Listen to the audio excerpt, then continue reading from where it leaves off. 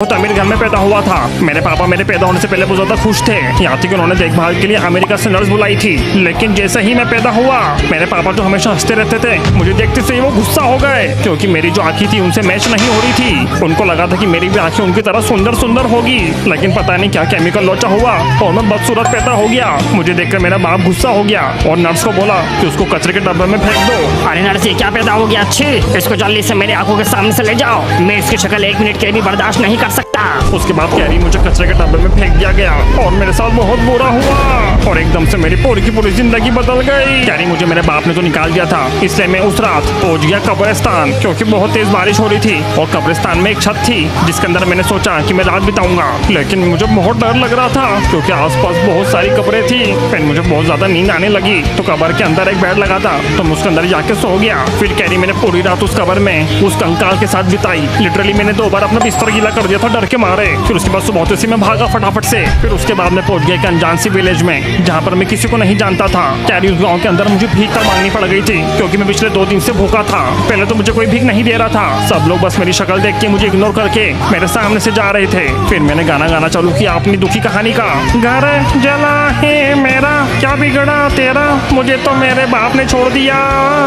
मेरा उदास गाना सुन के पूरा का पूरा गाँव इमोशनल हो गया। फिर उन्होंने मुझे 2 वक्त का खाना दिया और फिर गाँव में रहने के लिए जगह दी। पता नहीं कहाँ फेंक दिया था मुझे, लेकिन मैंने वहाँ रहना चालू कर दिया। बात करी उस अनजान गाँव में मैंने धीरे धीरे करके अपना घर बसा लिया, लेकिन बहुत ज्यादा अकेला था मैं। मुझसे कोई भी बात नहीं करता था और अपने साथ नहीं खिलाता था। कैरी में अपना गुजारा करने के लिए लोगों के घरों में जाके सफाई किया करता था, वो भी संडास की। वो टाइम मेरी जिंदगी का सबसे स्ट्रगलिंग टाइम था। मैं क्या बताऊं, लोगों के घर बहुत ही गंदे हुआ करते थे, लेकिन मैं मन लगा के सफाई किया करता था और चुपचाप से चोरी भी कर लिया करता था। मैं लोगों के घरों में से छोटे मोटे सामान चोरी करा करता था, जैसे कि पंखा, बेड। और एक दिन तो मैंने एक संडास चोरी कर लिया। लोगों का सामान चोरी कर करके मैं अपना गुजारा किया करता था कैरी। लेकिन एक दिन मैंने एक बच्चे की स्कूल की यूनिफॉर्म चोरी कर ली चुपचाप से, जब वो सो रहा था, और वो लेके मैं भाग गया। और उस दिन मैंने डिसाइड किया कि वो यूनिफॉर्म पहनकर दूरबीन स्कूल जाएगा और बनेगा बड़ा IAS ऑफिसर, ताकि मुझे घर घर चोरी ना करना पड़े और मैं अपनी जिंदगी सेट कर लूं। कैरी, ये कहानी मेरी स्कूल की पहले दिन की। जब मैं बस से पहुंच जाता हूँ स्कूल कैसे ना कैसे करके,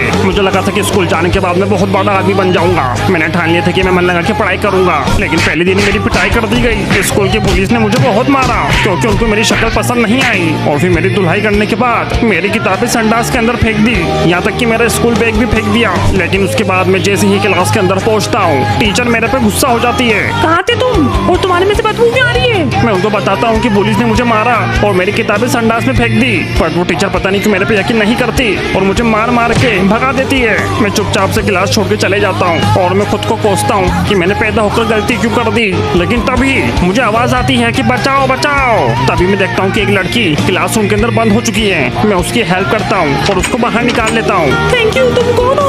मैं उसकी आंखों में देखता हूँ और मैं दीवाना हो जाता हूँ पहली बार में ही, और वो लड़की भी मुझसे इंप्रेस हो जाती है क्योंकि मैं उसकी मदद करता हूँ। फिर उसके बाद कैरी मैं वो लड़की के साथ टाइम स्पेंड करने लग जाता हूँ। उस टाइम मुझे लग रहा था कि मेरी जिंदगी में सब कुछ धीरे धीरे अच्छा होने लगा है, लेकिन तभी उधर टीचर टपक पड़ती है और मेरे पे झूठा इल्जाम लगा देती है कि मैं लड़कियां छेड़ रहा हूँ। अच्छा, पढ़ाई लिखाई के समय छोड़ी पटा रहा है। रुक, अभी प्रिंसिपल को भड़का के आती हूँ और तेरे को स्कूल से बाहर निकालती हूँ। उसके बाद मुझे वो स्कूल से जाना पड़ता है और कोई मेरा सपोर्ट नहीं करता।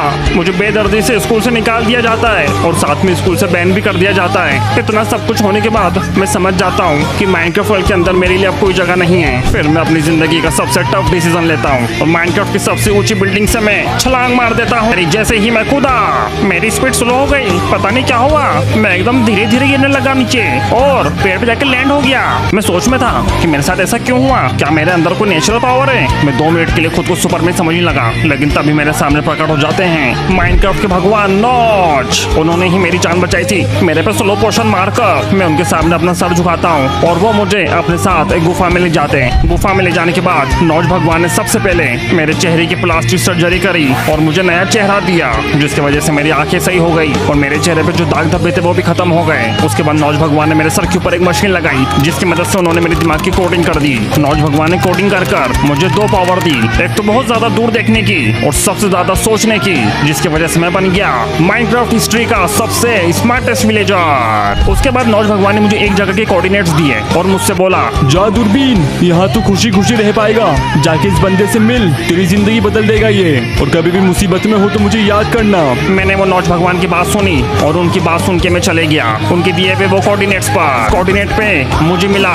एक ऐसा बंदा जो मेरा बेस्ट फ्रेंड बन गया।